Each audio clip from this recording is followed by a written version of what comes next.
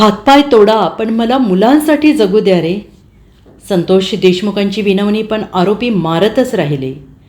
बीडमधील मस्साजोग गावचे सरपंच संतोष देशमुख यांच्या हत्येची क्रूरता त्यांना करण्यात आलेल्या मारहाणी वेळेसच फोटो दिसून येते आहे. हे फोटो पाहून संपूर्ण महाराष्ट्रात हा संतापाचं वातावरण आहे.